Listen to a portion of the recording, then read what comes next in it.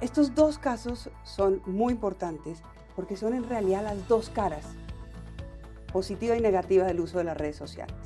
En el caso de Colombia, se trata de la utilización de los derechos digitales a través de las redes sociales, con todo el potencial democratizador de las redes sociales, para poner de presente un acto abusivo, cuando las autoridades no han querido o no han podido hacerse cargo del daño que ese acto abusivo generó, y para proteger a las víctimas de ese acto abusivo. Sin embargo, en el otro caso, el caso de Vietnam, es el caso de la utilización de las redes sociales y del abuso de los derechos digitales para engañar a la audiencia con el único propósito de hacerle daño a una persona. Entonces se compone, digamos, de todos los elementos de la violencia digital. La desinformación, es decir, la construcción de una narrativa con la intención de engañar,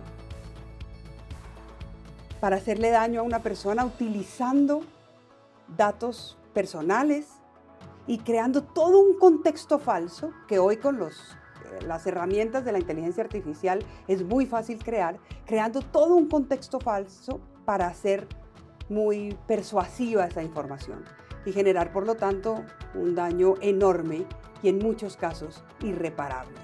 Es el típico caso del abuso de los derechos digitales a través de la promoción de la violencia digital.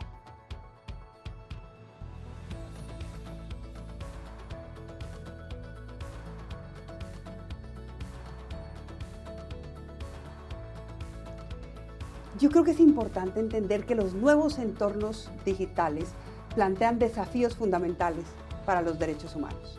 Por un lado, hay nuevas dimensiones de viejos derechos.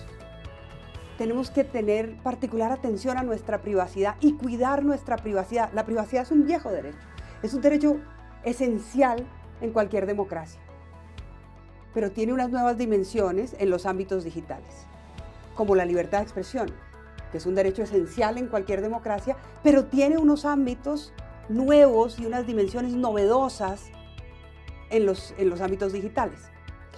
Entonces, hay que estar atentos a las nuevas dimensiones de los viejos derechos, pero también hay que reconocer que hay nuevos derechos digitales.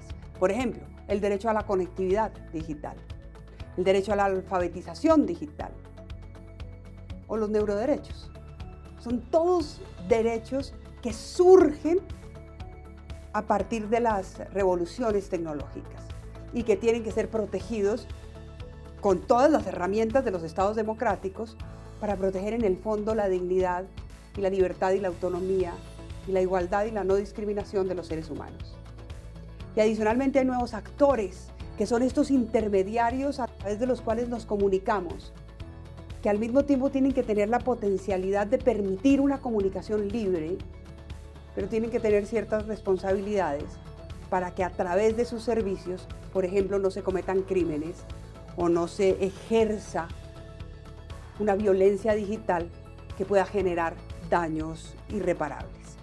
Entonces, mi mensaje sería, tengamos presente que estos nuevos ámbitos digitales dan lugar a pensar los viejos derechos de una manera distinta y que tenemos que tener especial atención, sobre todo en la protección de nuestra privacidad y en los alcances de la libertad de expresión, pero que también hay nuevos derechos que tenemos que conocer y poder ejercer, y que hay nuevos actores sobre los cuales tenemos que reflexionar porque son enormemente poderosos, tanto para ayudarnos a ejercer nuestros derechos como para limitarlos de manera arbitraria.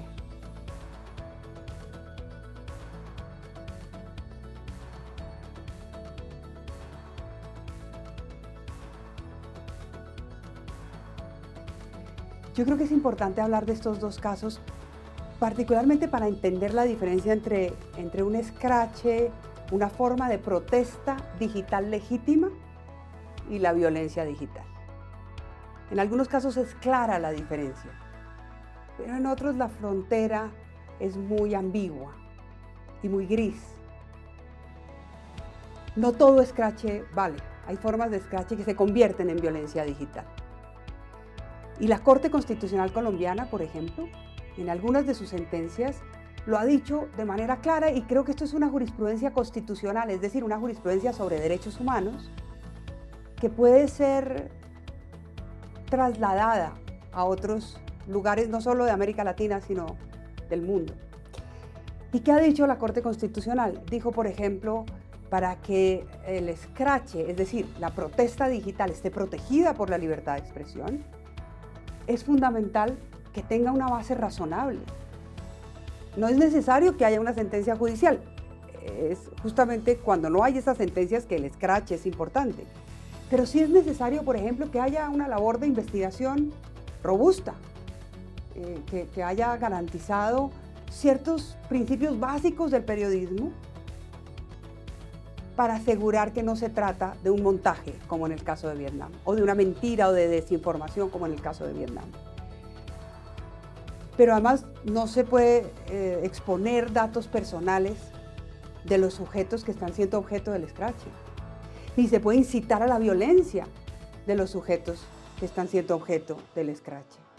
Es decir, hay unos límites legítimos, hay unos límites que son indispensables para que el escrache no pase del campo protegido de la protesta digital para defender derechos de víctimas que no han podido ejercer esos derechos en la justicia, para que no pase de ese campo protegido al campo que no está protegido y que es inadmisible de la violencia digital, que es simplemente un abuso de los derechos digitales.